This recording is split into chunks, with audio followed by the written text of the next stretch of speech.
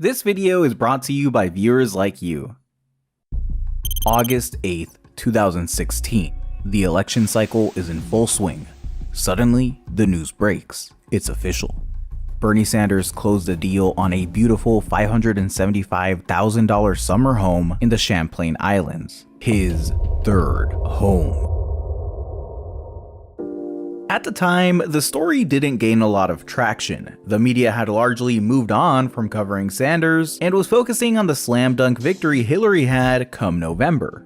It wasn't until his second run for presidency in 2020 that attacks focused on his love for homes started rolling out. Articles like The Secret of Bernie's Millions ran with the idea of the once radical socialist turned hypocrite millionaire. While the stories were a little scandalous, what they claimed was fundamentally true. Bernie Sanders did have a net worth of $2 million.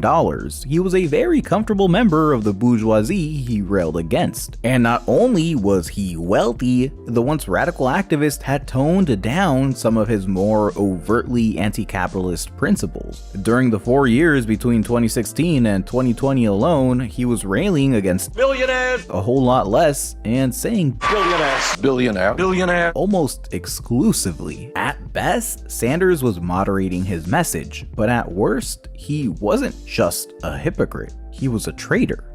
This is the line of attack real-life Scrooge McDuck, Michael Bloomberg, chose to attack Bernie Sanders with in the Democratic debates. What a wonderful country we have. The best-known socialist in the country happens to be a millionaire with 3 houses. What I miss here?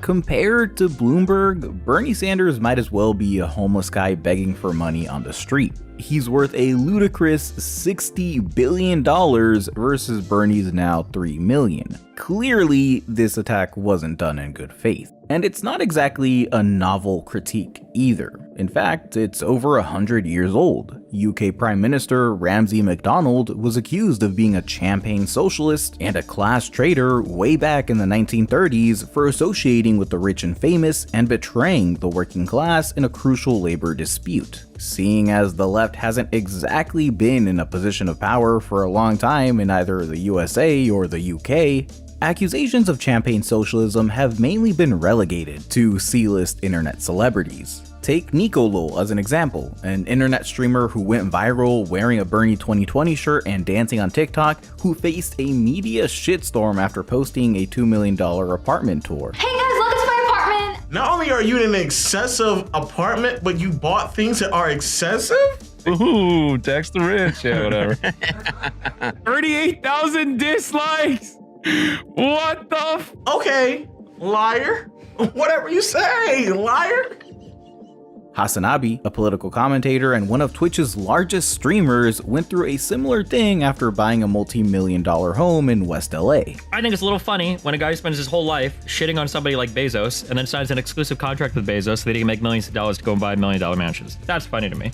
Their audience is completely unaware that they are no longer one of them. They are the elite. And most recently, Alexandria Ocasio-Cortez has been accused of tacky champagne socialism for wearing a tax-the-rich dress to the exclusive Met Gala. This outfit has drawn mixed reactions from the public for promoting the message at an event that costs more than $30,000 per ticket.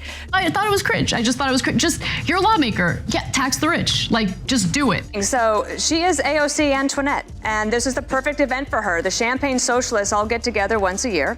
In all of these cases, the socialist celebrities also had more than their fair share of supporters. But the criticisms are especially interesting, because on the face of it, these attacks don't make a lot of sense. Being rich shouldn't disqualify you from advocating for social equality. Money is power, and while people power is important, you need a lot of money to fight for a better world. The only reason the patron saint of socialism, Karl Marx, could write about the flaws of capitalism was because his buddy Engels was a member of the bourgeoisie and he used that money to support the cause. And if you were a socialist when you were broke and remained one when you became rich, that should give you more legitimacy, not less. Which is exactly what we saw with Bernie Sanders, who stands as a shining example of ideological consistency, with decades of speeches that sound remarkably similar to what he says today. people trust Bernie Sanders, and it's why most of his opponents chose to attack him based on the merits of his argument and not the content of his character. And those who did choose to attack him on the content of his character, like Elizabeth Warren,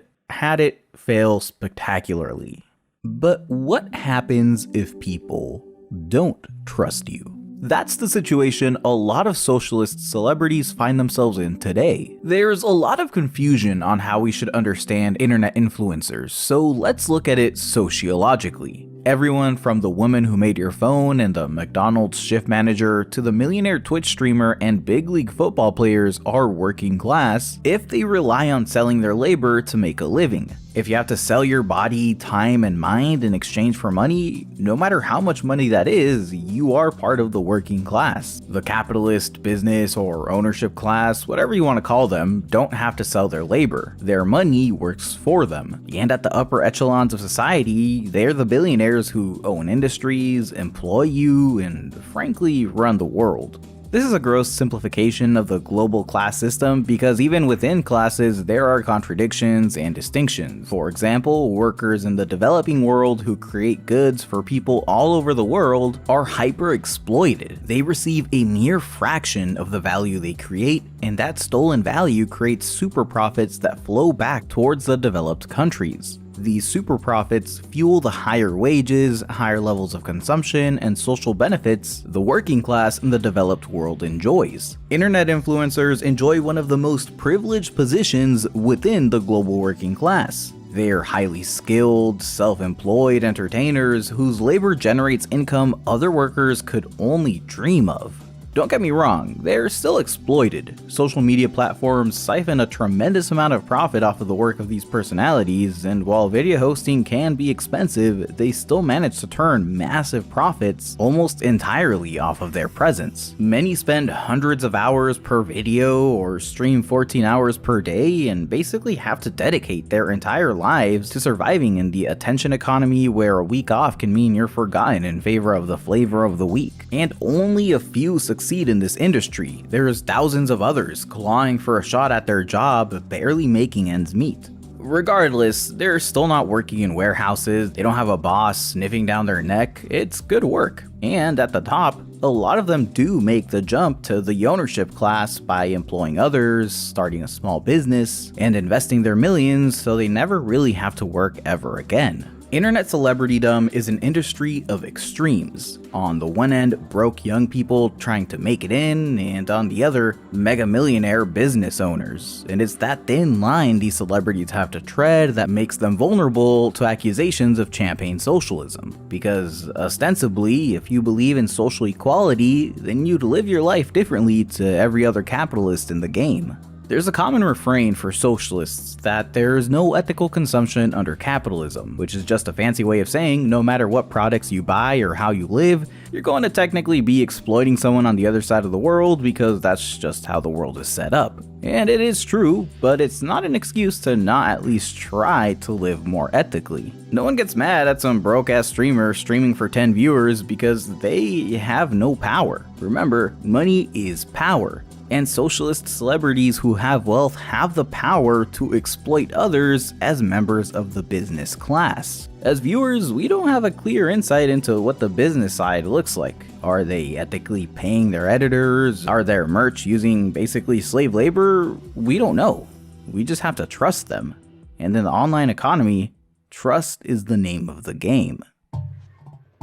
It's the backbone of the parasocial relationships you form with your audience that lead to views and revenue. While political content only makes up a small sliver of the online content overall, it's large enough that online leftism has become a multi-million-dollar market. From ad revenue generated off of high viewership numbers, direct donations, and merch sales, it's an economy with tens of millions of dollars in circulation, if not more. It's the reason why there's been an explosion in small creators like myself. It's a growing market that we haven't seen reach its carrying capacity. And when you combine political advocacy with the possibilities of personal enrichment, questions of legitimacy are bound to arise. While Hasanabi and Nicolo are the two most recent targets of the criticism, similar conversations have been happening for a while now. Both Chapo Trap House, ContraPoints, and various other creators have been criticized for raking in massive amounts of money off talking about social equality, to the point that many have hidden their Patreon numbers altogether. These criticisms are usually conjured up by right-wing personalities who use the veil of supporting the working class while advocating for policy that directly supports the rich. Democrats have become the party of the elite professional class, eager to lecture you about open borders, global warming from their gated communities. These people we can safely ignore. But more and more, it's been people within the left that have been throwing these accusations. And before we get into the high-minded analysis, we have to admit that a lot of this is just petty online infighting. The left isn't exactly in a position of power, so instead of approaching politics in terms of building that power in the real world, a lot of people tend to approach it as a team sport in a battle of identities, and anyone who doesn't match their exact theoretical politics becomes an enemy. And a lot of the time, these critiques come from small creators trying to establish their own online brand by gnawing at the heels of the celebrity. Whether these are legitimate claims or just self-interested clout chasing, I'll leave that for you to decide. But I don't think we can dismiss all of it as just clout chasing or meaningless infighting. The rage directed at socialist celebrities is real, and it isn't going away anytime soon. I would know because, I'm not even gonna lie, I've kind of been a massive hater on some of these personalities. I've made some pretty angry video essays of them in the past, and while I've tried to move past that style of content and have a more loving-oriented form of politics, I deeply understand where the hate is coming from. I come from a working class background, an immigrant working class family in a working class community. When applying to college, everyone I knew qualified for the California Blue and Gold Opportunity Plan that covers all costs of attending a 4-year institution if your family makes under $80K a year. Everyone I knew qualified except for one person. She wasn't rich, like at all. Her family was undocumented, her parents worked shitty dead-end jobs that just barely put them over the income limit, and the cost of university was going to be debilitating to them. But to us, she was rich. Like, rich. Like, damn, you have to pay for college? Since when have you been rich? Couldn't be me. That was our working perspective of wealth. Being rich in the hood is a lot different than being rich in suburbia. And when we carry these perspectives into the different spaces we go to, like the internet, where we interact with people from all kinds of different backgrounds, we get situations like this tweet by @CrushTheBigots asking, if someone makes over $400,000 per year, do you consider them rich? Which gave us responses like, depends, where do they live? And no, that's just middle class, which is obviously mental. That's beyond the top 1% of income earners. But again, perspectives of wealth, right? A $2 million home means completely different things to someone who's middle class and to someone who's third world poor. It'll be an understandable purchase for one person and probably trigger deep class resentment in another. That's not to say wealth can't be measured objectively. It can, just like you can judge what your objective relationship to the means of production is. But arbitrating how much wealth is too much within the working class is messy, and it's not something I'm interested in doing. But that's not to say I don't feel class resentment all the time. I had the privilege of going to a college with an average family income of over $100,000 per year. And when I learned that the friends I had made came from rich families, from the suburbs with beautiful 2-story houses with pools, I felt the same twang of class resentment I had felt when I read the stories of Bernie Sanders' millions. It's a hard feeling to describe, and I'm sure it's different for every person. Movies like Parasite and Joker try to express the feeling visually, but in words,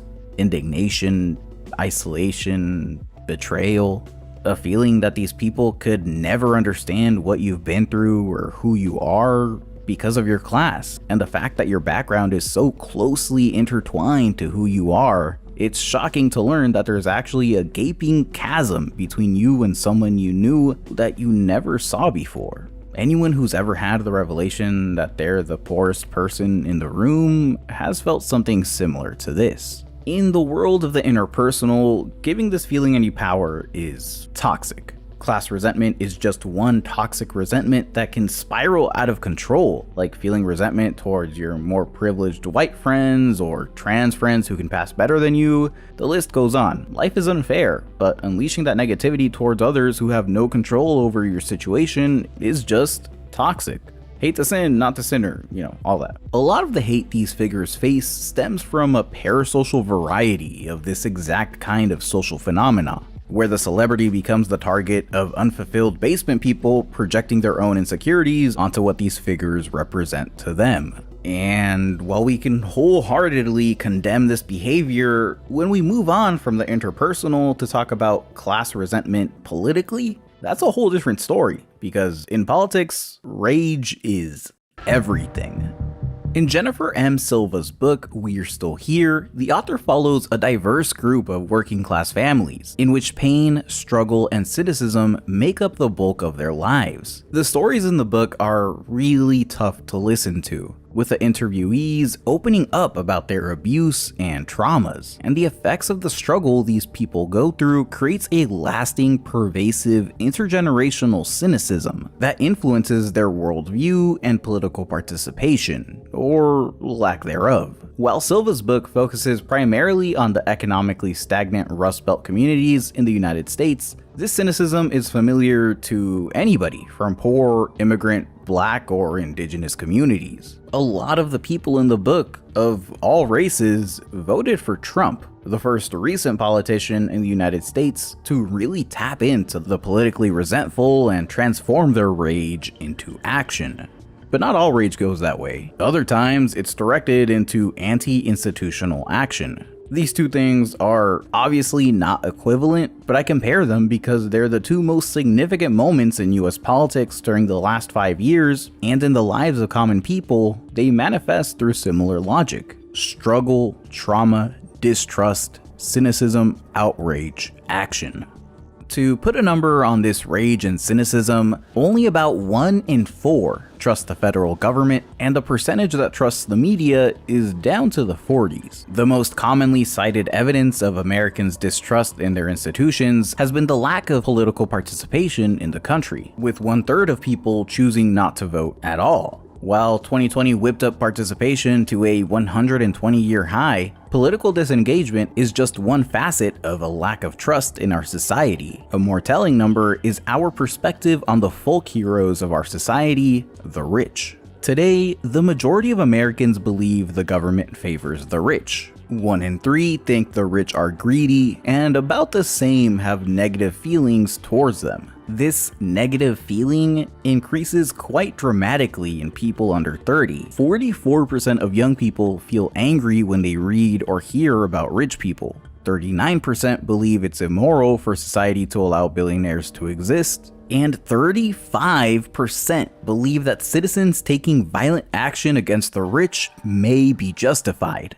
This is a wild statistic, but don't take this to mean that 1 in 3 young people believe in a Marxist revolution. Looking at polls like the ones above and interviews like the ones conducted by Jennifer M. Silva, this is an early, raw, undirected rage. People know something is wrong with society, but the same people that say billionaires are a problem are also likely to say they respect the rich for their hard work. It's not a cohesive ideology, which is why the accusations of champagne socialism are so enduring. Billionaires like Michael Bloomberg aren't stupid. With so much undisciplined rage pulsing through the American electorate, you only have to prevent a few working class people from developing a clear class consciousness to keep socialists from winning in an election. just how many people were on the cusp of supporting Bernie Sanders, but when they learned that he was just like the rest of them, let their cynicism overpower hope and refused to engage entirely. The same rules apply to conservatives who use this to attack AOC, Hasanabi, etc., etc. So how do you combat this? What do we do about it? Well, there's a common impulse in liberal media to blame social media for tearing society apart, and they're not entirely wrong. It's proven that social media sites like Facebook, Twitter, and YouTube have had a measurable influence on political hate and violence by promoting anger-inducing content above all else. But Facebook isn't responsible for the United States being the most economically unequal it's ever been since recorded history. It's not responsible for the economic stagnancy in vast swaths of the country that make the working class susceptible to radicalization. Before social media, it was talk radio, and it'll be something else if these companies ever go down, so long as the material conditions of our society don't change. So I ask again, how do we combat this? Obviously, you whip out Das Kapital and start lecturing people about capitalism and how technically this millionaire Twitch streamer is part of the working class, right?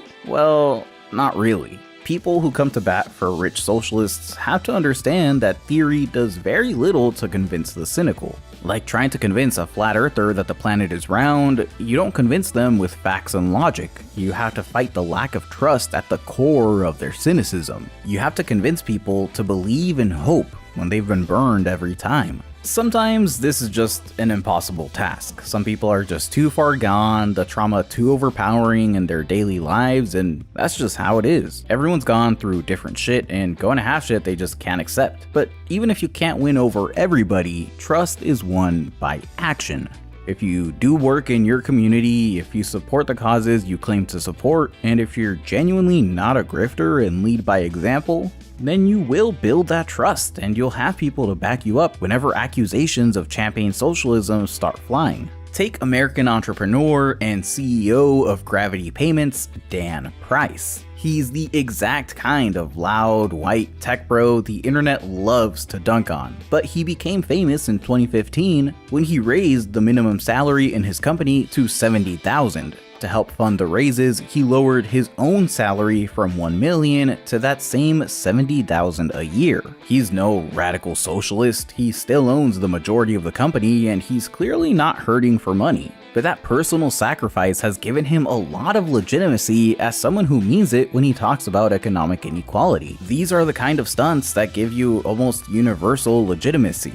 But that's only half of the problem. Socialist celebrities are political educators, and as political educators, they by and large do a good job. But inevitably, some of their followers become more radical than they are. Most current socialist celebrities tend to be AOC-style democratic socialists, which, while radical in the context of the United States, is still far more conservative than the revolutionary politics of the most influential socialist groups in the USA, like the Black Panthers, and the budding successors to those movements growing today. As someone who spent a good chunk of their time during the pandemic in weekly food and supply distributions, organizing in the United States is gaping deep into the void of poverty. It's a gaping, never-ending abyss of need that lights a sense of overwhelming urgency within your soul that really nothing else could ever do. And there is nothing more frustrating than fighting for scraps to meet the needs of your community while socialist celebrities rake in hundreds of thousands of dollars by just talking about it. This is the second half of the problem these internet celebrities face. They create the people that end up despising them for their lack of urgency or participation in the movement. Which is no reason to send them hate. I mean, not everyone needs to be Harriet Tubman fighting in the trenches. The movement to fight for a better world requires participation from peoples at all levels of society, no matter how small. And we shouldn't let this rage fracture a movement that is already at a power disadvantage. But goddamn, is it an understandable rage. And it's something anyone on this half of the internet is gonna have to make sure they take into account when they're talking about socialism. So let's look at a socialist celebrity who really lives up to these ideals. Alexandria Ocasio-Cortez is a congresswoman who does a lot of work in her district to support mutual aid. She's incredibly popular as a congresswoman, and she's a proud and out social democrat or democratic socialist, whatever you prefer. Her politics are as clear as can be, so everybody loves her, right? Wrong! Well, after her little stunt in the Met Gala with her tax the rich dress, both right and left-wing detractors called out the stunt as being performative, and it was performative. That's what political stunts are, performances. But it wasn't a very good one. Juxtapose her tax the rich dress with this recent clip of anti-war activist and veteran Mike Prisner interrupting a speech by former President George W. Bush. Mr. Bush, when are you going to apologize for the million Iraqis that are dead because you lied? You lied about weapons of mass destruction. You lied about connections to 9/11. You lied about Iraq being a threat. You sent me to Iraq. You sent me to Iraq in 2003. My friends are dead. I think the clip speaks for itself. It's so incredibly powerful. It moves you. I've seen comments of people saying they started tearing up when they saw it. And it was successful. The clip has gone viral, it's made headlines without all the negativity of the AOC stunt. People who had no idea who Mike Prisner was are finding out about him and what he fights for. And yet no one's calling it performative.